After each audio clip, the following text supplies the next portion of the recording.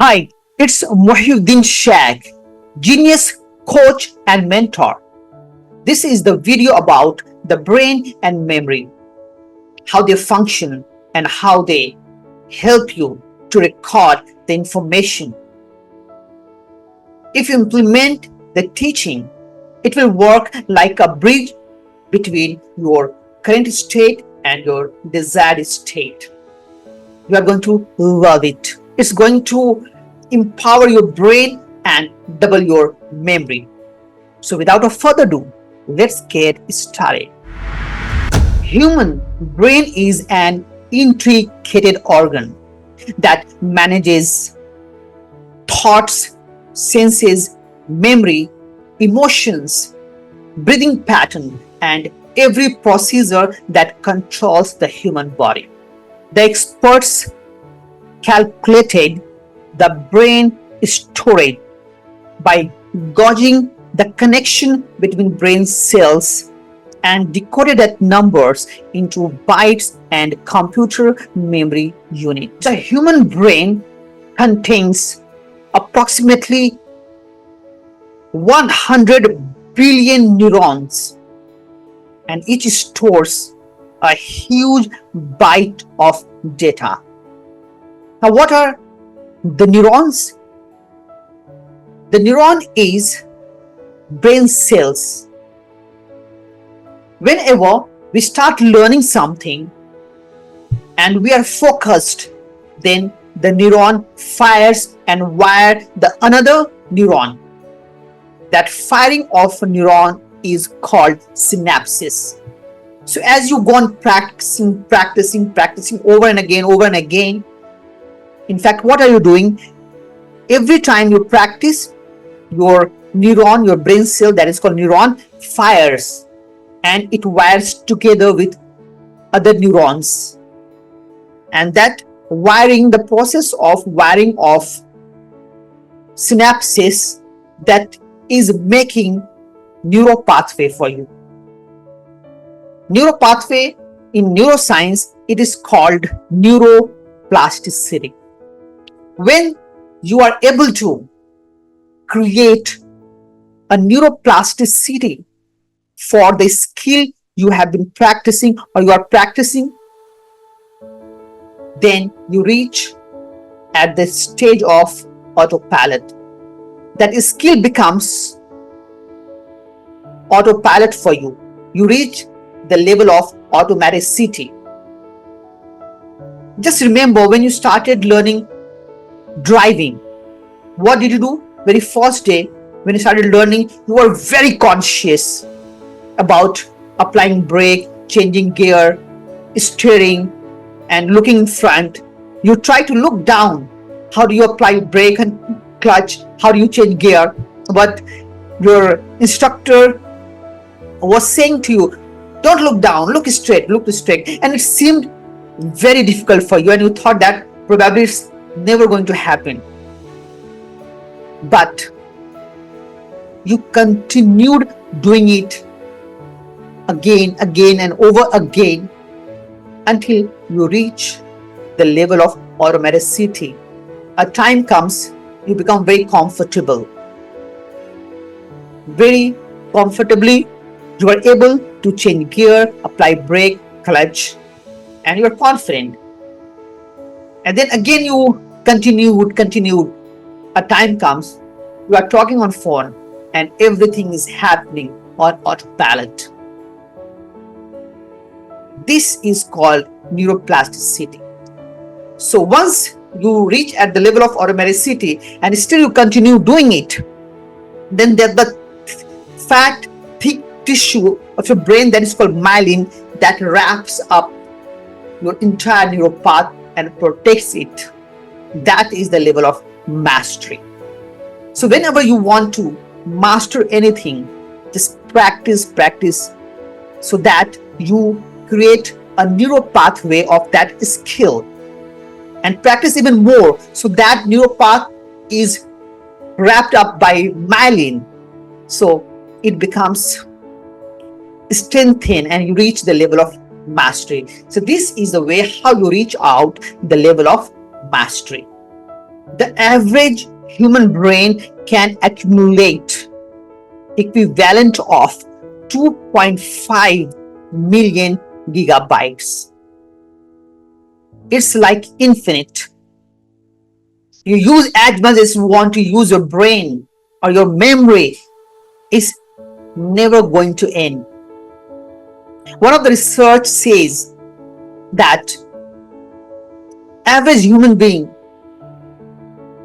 uses his only 20 to 25% of brain potential.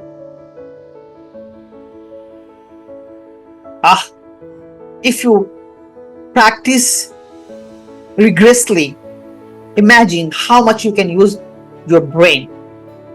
For your brain, nothing is impossible, because in our body and brain both have been designed in such a way that there are two components. The first one is called homeostasis, and the second is called neuroplasticity.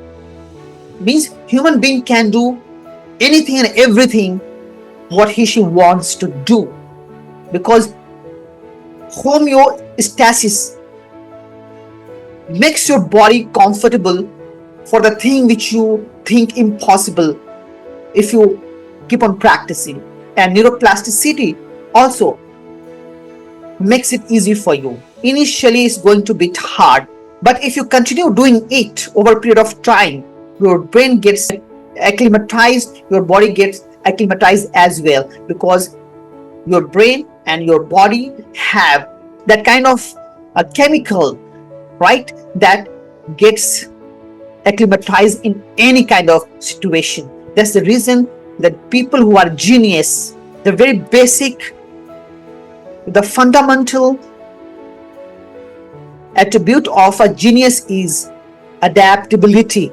They get adapted to any kind of situation. Our brain has two hemispheres, two sides, left and right. So there is always an electricity or a flow in our brain. When the speed of our left side matches the speed of right side, it abounds the brain. The brain becomes strong. It becomes more productive.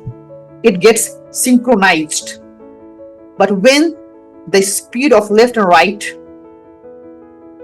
doesn't match, the problem begins. You start forgetting things, your memory gets little weaker, and if it continues for a long period of time, people also fall sick, and that disease is called the severe memory loss disease, that's called Alzheimer. May God protect us from this disease.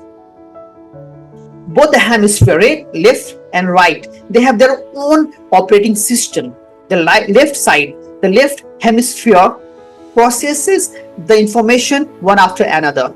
That's the reason the left side is more suitable for logic, reasoning, mathematics, data, calculation, thinking, or black and white picture. On the other hand, the right hemisphere processes the information together. At the same time, the right hemisphere, the right side of brain processes the information together. That's the reason the right side brain is suitable for picture, video, color, creativity, intuition, and so on and so forth. Now we will talk about the brain waves. There are 4 brain waves.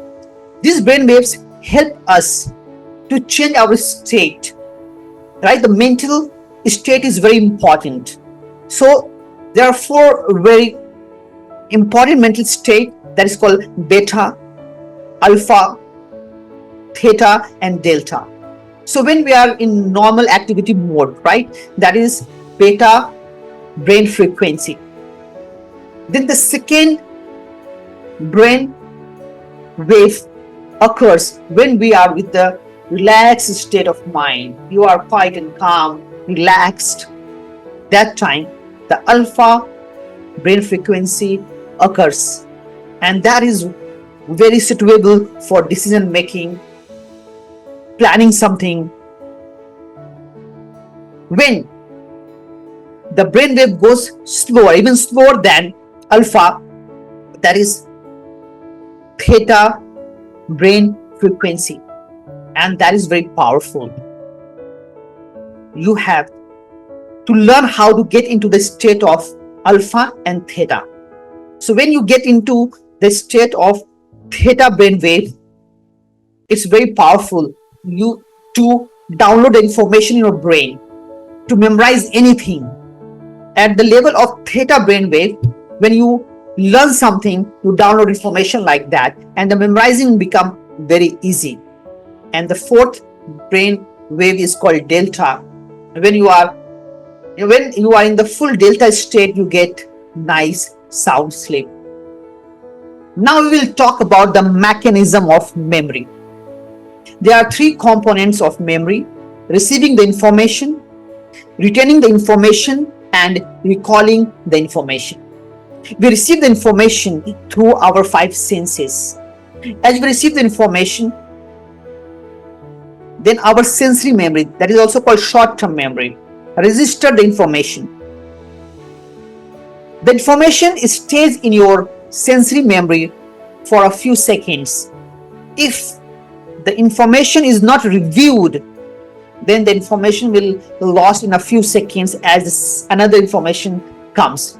So if anything you find is important for you and you want to save that information, then you have to review that information immediately. So when you review the information, that information gets transferred to the second memory, that is called working memory. So once you have reviewed, when the information is in your sensory memory, that gets transferred to your working memory. In working memory, the information remains from few minutes to almost an hour. So when you have the information in your working memory, now you have to do two things. The first, you have to review the information again and rehearse it. In order to send that information from working memory to long-term memory, you have to first, again, you have to review the information and rehearse it.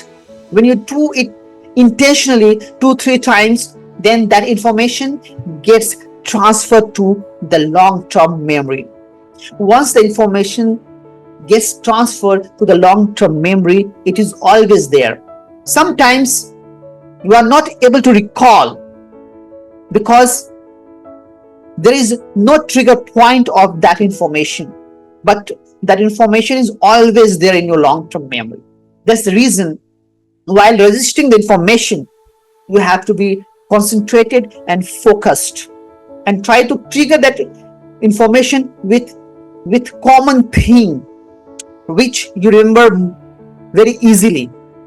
So when your information is registered and triggered with something which is very easy for you to remember, you will always going to retrieve or recall the information easily whenever you want it to recall.